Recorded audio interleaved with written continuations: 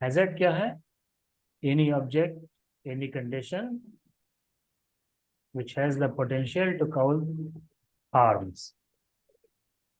Okay, जिससे हम लोगों को नुकसान पहुंच जाए, वो सारी चीज क्या है?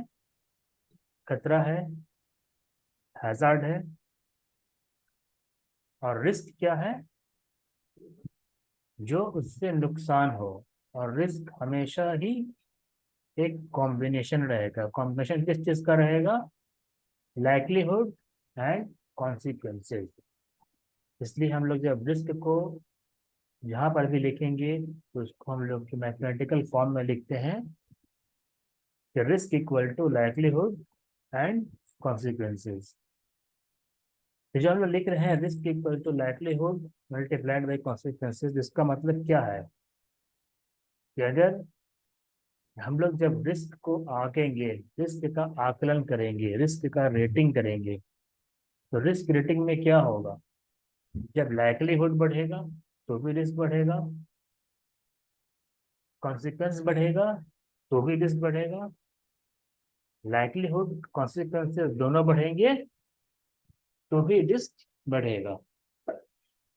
तो जब हम रिस्क असेसमेंट कर रहे हैं तो रिस्क असेसमेंट में हमारे लिए लाइक्लीहुड और उसके कॉन्सिक्वेंसेस, ये सब कुछ इक्वली इम्पोर्टेंट है। किसी एक के बढ़ने से हम लोग किसी एक के कम होने से रिस्क को इग्नोर नहीं कर सकते। अगर हमारा लाइक्लीहुड बढ़ रहा है, कॉन्सिक्वेंस कम हो रहा है, तो भी रिस्क बढ़ेगा। लाइक्लीहुड कम हो रहा है, कॉन्सिक्वेंस बढ़ रहा है, तो भी रिस्क बढ़ेगा।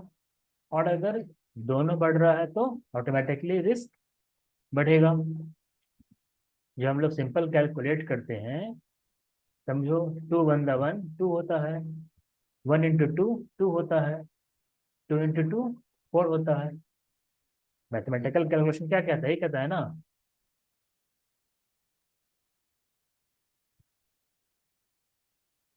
मैथमेटिक्स में कैलकुलेशन कैसे करते हो तुम लोग? यही फॉर्मूला करने का ऐसे ही करते हैं। तो अगर लाइक्लीहुड घट रहा है तो भी हमारा वैल्यू 2 मिला, कॉन्सिक्वेंस कम हो गया तो भी हमारा वैल्यू 2 मिला, और दोनों का वैल्यू बढ़ गया तो हमारा रिस्क का वैल्यू क्या हो गया? 4 हो गया। यानी कि रिस्क जो है वो directly proportional to likelihood and consequences.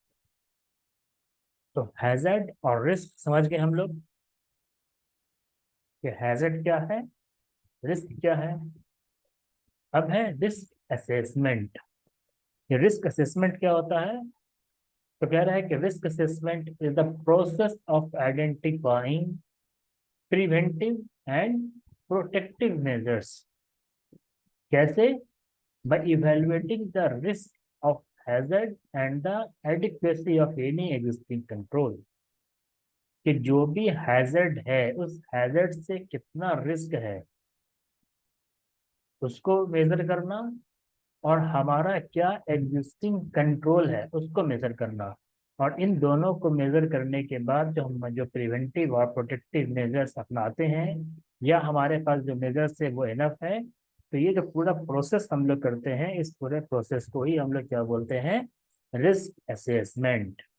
तो रिस्क असेसमेंट एक सिंपल हमारा पूरा एक प्रोसेस है जिसमें हम हजार्ड को, उससे होने वाले नुकसान को, और उसके बचने के लिए हमें क्या एक्शंस लेने हैं, क्या कंट्रोल्स लगाने हैं, उसको आंकते हैं।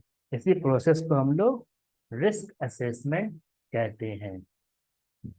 अब जैसे एग्जाम्पल के तौर पर अभी रेनी सीजन है। रेनी सीजन में क्या होता है? बारिश होती है, बहुत ज्यादा वाटर एक्यूमुलेट होता है। ठीक है। खास के बिहार में, जो नॉर्थ बिहार का एरिया है, वो हमेशा हर साल एक चीज से इफेक्ट करता है जिसको हम लोग क्या बोलते हैं? बाढ़, फ्लड। ओके। तो फ्लड जो है वो क्या है? हैजर्ड है।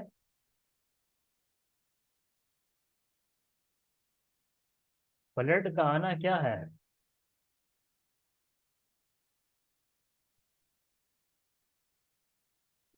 वो एक तरह का खतरा है। और वो रिस्क कब बनेगा? तो फ्लड, पानी आया, बाढ़ आया, ठीक है, लेकिन वो बाढ़ खतरा कब बन जाता है? जब वो हमारा जो बॉर्डर लेवल है, जो सिक्योर लेवल है, उसको क्रॉस करके हमारे घरों में, हमारे रोड पर आने लगे, हमारे घरों में पानी घुस जाए, तब वो हमारे लिस्ट बन जाता है।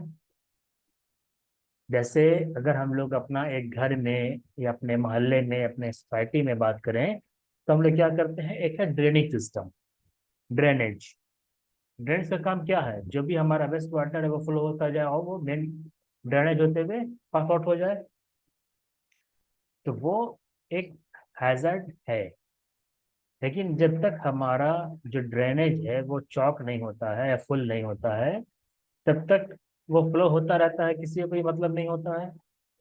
लेकिन जब वो ड्रेनेज अगर ब्लॉक हो रहा है, चौक हो रहा है, और वाटर उसका ओवरफ्लो होकर हमारे घरों में आ रहा है, तब हमारा रिस्क बढ़ रहा है। और उस रिस्क से अगर हम लोग उसको ध्यान नहीं देंगे तो उससे होने वाले कॉन्सिक्वेंस बढ़ेंगे। तो ड्रेनेज वाटर जो है, वेस्ट वाटर जो है, वो ऑलवेज हजार्ड है, चाहे वो ड्रेन में हो या ड्रेन से बाहर हो। हैजार्ड तो वो हर जगह सेम है, लेकिन जब तक वो ड्रेनेज में बह रहा है, प्रोटेक्टेड है, कवर्ड है, वो हमारे लिए रिस्क जनरेट नहीं कर रहा है, रिस्क नहीं बना रहा है।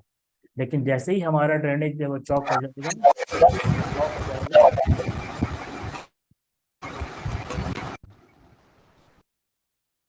तो हमारे लिए क्या होगा, वो ड्रेनेज ओवरफ्लो होने लगेगा और हमारे लिए रिस्क बन जाएगा कि अब वो ड्रेनेज वाटर जो है हमारे घरों में घुसने लगेगा और हमारे घरों में गंदगी आ जाएगी, बीमारी आ जाएगी।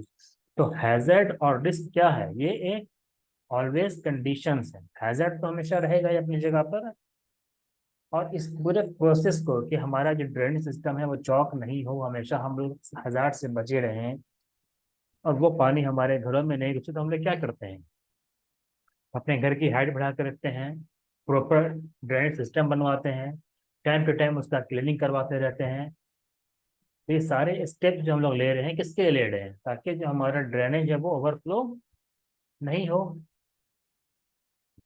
और इस सारे काम को करने का जो प्रोसेस करते हैं हम लोग, ये क्या है? रिस्क असेसमेंट है, the process of identifying preventive and protective measures by evaluating the risk of hazard and the adequacy of any existing control. ठीक है? तो ये हमारा हैजर्ड्स का, रिस्क का और रिस्क असेसमेंट का डिफिनेशंस था, जो कि हम लोग समझ गए।